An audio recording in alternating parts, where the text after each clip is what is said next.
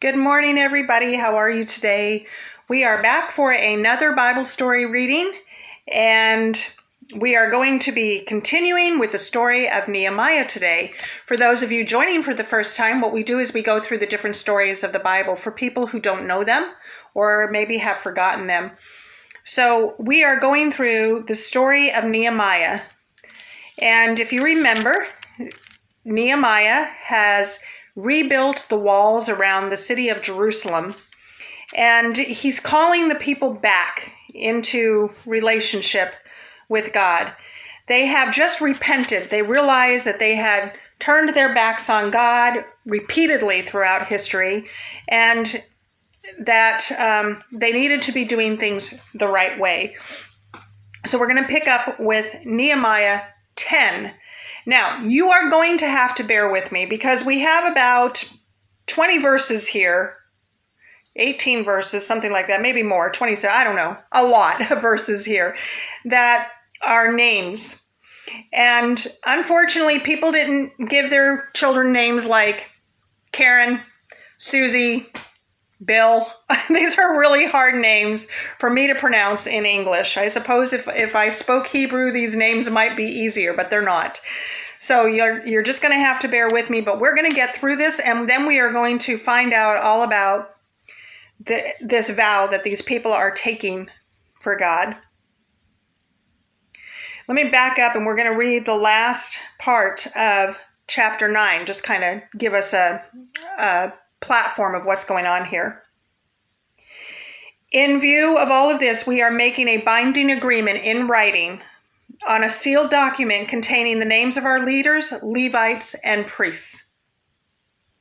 Those whose seals were on the document were the governor Nehemiah, son of Hakaliah, and Zedekiah, Seraiah, Azariah, Jeremiah, Pashur, Amariah, Malchijah, Hattush, Shebaniah, Maluk, Haram, Meremoth, Obadiah, Daniel, Ginnathan, Baruch, Meshullam, Abijah, Mizamim, Maaziah, Bilgaiah, and Shemaiah. These were the priests. The Levites were Jeshua, son of Azaniah, Binui of the sons of Henadad, Kadmiel, and their brothers, Shebaniah, Hodiah, Kelida, Peliah, Hanan, Micah, Rahab, Hashbaniah, Zechar, Sherebiah, Shebaniah, Hodiah, Bani, and Beni-Enu. The heads of the people were Perish, Pahath Moab, Elam, Zatu, Bani, Asgad, Bebe, Adonijah, Bigvai, Aden, Ater, Hezekiah, Azar, Hodiah, Hashem, Bezai, Harith, Anathoth, Nabal, Magpiash, Meshullam, Hezer, Meshezbel, Zadok, Jaddua, Pelatiah, Hanan, Ananiah, Hosea, Hananiah, Ashab, Halohesh, Pilha, Shobek, Raham, Hashabnah, Maaseiah, Ahijah, Hanan, Anan, Malek, Haram, Bana. The rest of the people, the priests, Levites, gatekeepers, singers, and temple servants, along with their wives, sons, and daughters, everyone who was able to understand and who has separated themselves from the surrounding people to obey the law of God, join with their noble brothers and commit themselves with a sworn oath to follow the law of God given through God's servant Moses, and to obey carefully all the commands, ordinances, and statutes of the Lord our God. We will not give our daughters in marriage to the surrounding peoples, and we will not take their daughters as wives for our sons. When the surrounding people bring merchandise or any kind of grain to sell on our Sabbath day, we will not buy from them on the Sabbath or a holy day. We will also leave the land uncultivated in the 7th year and will cancel every debt. We will impose the following commands on ourselves: to give 1/8 of an ounce of silver yearly for the service of the house of our God. The bread displayed before the Lord, the daily grain offering, the regular burnt offering, the Sabbath and the new moon offerings, the appointed festivals, the holy things, the sin offerings to atone for Israel, and for all the work of the house of our God. We have cast lots among the priests, Levites, and people for the donation of wood by our ancestral families at the appointed times each year. They are to bring the wood to our God's house to burn on the altar of the Lord our God, as it is written in the law. We will bring the first fruits of our land and of every fruit tree to the Lord's house year by year. We will also bring the firstborn of our sons and our livestock, as prescribed by the law. And we will bring the firstborn of our herds and flocks to the house of our God, to the priests who serve in our God's house. We will bring a loaf from our first batch of dough to the priests at the storerooms of the house of our God. We will also bring the first fruits of our grain offerings of every fruit tree and of the new wine and fresh oil. 1/10 of our land's produce belongs to the Levites, for the Levites are to collect the 1/10 offering in all our agricultural towns. A priest from Aaron's descendants is to accompany the Levites when they collect the 10th. And the Levites are to take 1/10 of this offering to the storerooms of the treasury in the house of our God. For the Israelites and the Levites are to bring the contributions of grain, new wine, and fresh oil to the storerooms, where the articles of the sanctuary are kept, and where the priests who minister are, along with the gatekeepers and singers. We will not neglect the house of our God.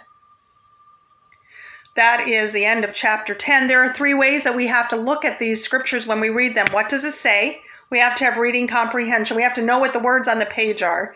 Next, what was it saying to the people of the time? We have to take everything into context. And what, if anything, is it saying to us today? Wow, so what did we just read? Well, we read that they wrote down the names of the people, the governors, the officials, the Levites, the people who were in charge. They wrote them down. These are the names of the people that are saying, yes, we agree to this, what's going into this document, to this vow that we are making, along with the rest of the people that were there. And what they said is, we are not going to do the things that God has told us not to do, that has gotten us in trouble before. One of those things was that they were not going to give their daughters in marriage to other people, to people who were not Israelites. They were not going to do that. And God had told them not to do that. That was one of the things that got them into trouble and got them sent away into captivity in the first place. And even while they were in captivity, they were still marrying people they should not have been. And so they agreed that they would not do that, that they would try to adhere to what God wanted for them. They also agreed not to buy from people in the surrounding areas who did not observe the Sabbath. If they brought stuff to them on the Sabbath, they weren't going to buy it. They're like, we're not supposed to do that on the Sabbath. We're not supposed to exchange money. So they didn't do that. And they would also leave their land uncultivated every 7 years. God, in his immense wisdom, taught people that when you're farming the land, if you know, in real life, this was real life, but even in today's world, if you overwork the land, what happens is you strip it of all of its nutrients. And even the best farmers know to rotate their crops and to let your land rest. Well, God had told them to let the land rest every 7 years, but they weren't doing that. They were still planting and then wondering why they didn't get a crop.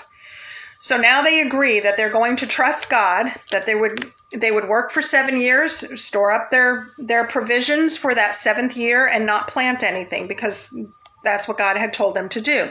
So they agreed not to do that. Then they agreed to bring in 1/8 of an ounce of silver yearly for the service of God's house. Every person was to do that. They were also to bring in stuff, the firstborn of their sons and livestock and everything to the priests. They were to do all of the things that God had originally commanded them to do, not because he was trying to be mean to them, but because he knew that this was best for them. That these laws, David says in some of his writings, I delight in the law because it gives me power over my enemies. By doing things God's way, they would become stronger people. They would become healthier people. They would become wiser people. They would be a protected people. So now they're saying, we are going to go ahead and get back to doing things God's way. These are the things that we have done wrong. We've repented for them. Now we're going to turn from our ways, and we're going to do it the way we were supposed to be doing it all along. And they took a vow.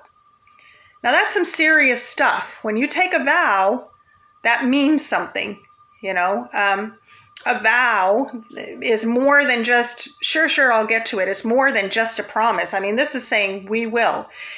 What happens to people when they break a vow?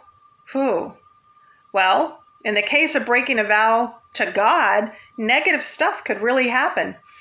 God's going to honor this vow. We see that as we move through this story. He's going to honor that if the people will do what they say they're going to do. So that's the end of chapter 10. Kind of a short chapter, some tough names to read. Thank you for bearing with me. I'm sure I didn't get all of them exactly right, but I did the best that I can. You can read them for yourself if you think they should be pronounced differently, but I did the best that I can. So that was chapter 10. I look forward to us being together to get through chapter 11 the next time we meet. In the meantime, have a great day and God bless you.